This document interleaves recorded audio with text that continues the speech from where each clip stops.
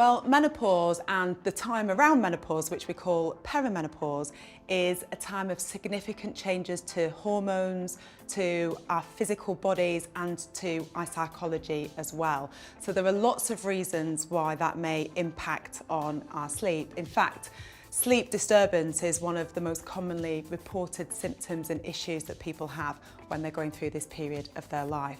So thinking about hormones, both estrogen and progesterone are declining at this time, and both of those hormones are important in initiating sleep and giving us a good night's sleep. So there's that direct impact on our sleep.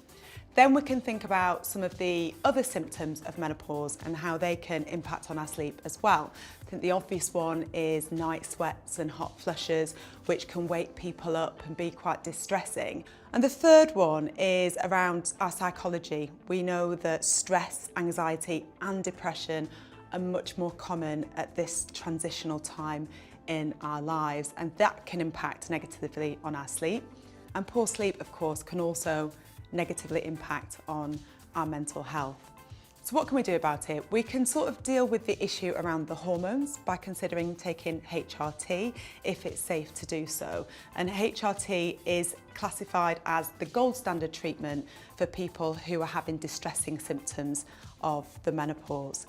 Thinking about some of the physical changes, going to bed at night, trying to create a good sleep environment. The bedroom should be cool, it should be dark, it should be quiet, trying to minimise any disturbances in the bedroom and trying to keep a regular bedtime and wake time as much as possible. Another thing is, if you can't sleep and sleep's just not happening, you shouldn't stay in the bedroom. You should actually leave the bedroom, stay in a dimly lit room, read a book or listen to a sleep podcast, and then only return to bed when you're feeling sleepy again.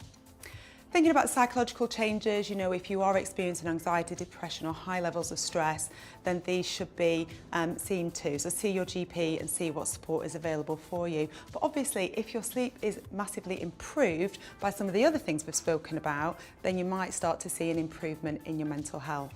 A couple of physical things to think about as well. The declining in hormones can affect our muscle strength, and actually we see a tendency to gain weight at this time. That can increase the risk of snoring and sleep apnea. So it's really important to think about lifestyle as well, trying to eat nutritious foods, focusing on putting good nutrition into the body and trying to reduce the amount of sugar and fast food that we eat, and trying to be active. I think there's never been a more important time in a woman's life to think about taking up physical activity or increasing that physical activity with a specific focus on things that help us build and keep hold of our muscle.